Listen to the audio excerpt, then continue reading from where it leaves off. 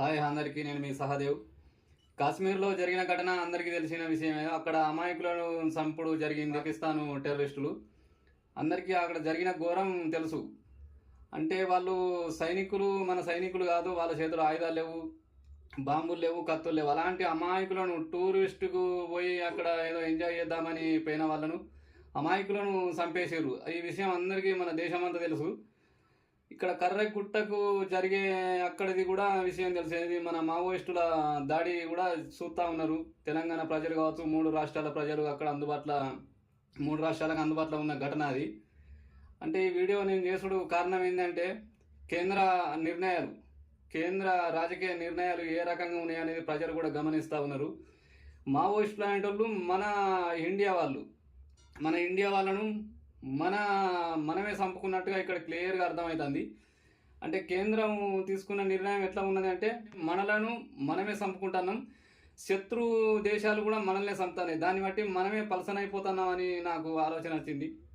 దాదాపు ఈ విషయం అందరికీ తెలుసు, కానీ ఎవరు చెప్పలేకపోతూ ఉంటారు. అంటే ప్రజలు కూడా కొంచెం ఆలోచించాలి. కేంద్రం ఏ నిర్ణయం తీసుకున్నది? ఇప్పుడు కర్రెగుట్టకు ఉన్న బలగాలు అక్కడ కాశ్మీర్లో ఆ బలగాలు అక్కడ లేవు. అక్కడ ఎక్కువ కూమింగ్ జరుగుతుందా, ఇక్కడ జరుగుతుందా కర్రెగుట్టకు అనేది ప్రజలు ఆలోచించాలి.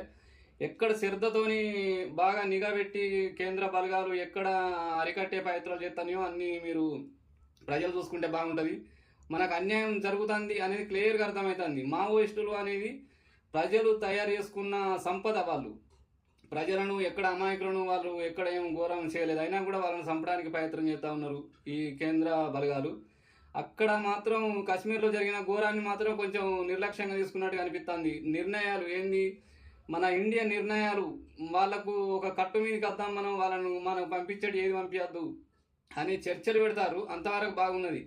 కానీ వాళ్ళని వేటాడి వాళ్ళని చంపుదామని మాత్రం వీళ్ళ నిర్ణయాలు అట్లా కనబడతలేవు.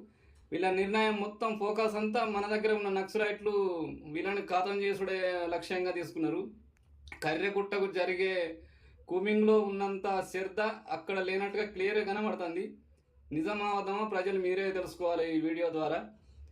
వీళ్ళ మీద పెట్టేంత నిఘా, మన మావోయిస్టుల మీద పెట్టేంత నిఘా వాళ్ళ శత్రువుల మీద పెడితే బాగుంటుంది. పాకిస్తాను వాళ్ళ మీద శ్రద్ధ పెట్టి వాళ్ళని చంపితే బెటర్ అని నా ఆలోచన. ఇది తొందరపడి మాట్లాడతలేను, ఇది నా సూచన. ఇది ఎందుకంటే ప్రాణం ఎవరిదైనా ప్రాణమే కదా. వాడు ఇండియానే కదా వాళ్ళది, శత్రువులు కాదు. మన ఇండియా ప్రజలకు శత్రువులు కాదు మావోయిస్టులు. అంటే మావోయిస్టులను చంపుతారు కానీ టెర్రరిస్టులను మాత్రం వదిలేస్తాను, వాళ్ళని పట్టుకొచ్చి జైల్లో పెడతా ఉంటారు. మన ఇండియా మావోయిస్టులు మాత్రం కనబడ్డరు అంటే కథ వాళ్ళని చంపేసుడే. అంటే వాళ్ళు దేనికోసం మావోయిస్టులుగా మారిర్రు అనేది ఏం చర్చలు కూడా పెడతలేరు. వాళ్ళని మాత్రం డైరెక్ట్గా చంపడానికే ప్లాన్ వేస్తుంది. కేంద్ర సలహాలే అట్లా ఉన్నాయి. కొంచెం ఏ వైపున దారి తీస్తుందో కొంచెం ఆలోచించుకుంటే బెటర్ కేంద్ర ఆలోచన కూడా. ఓకేనా?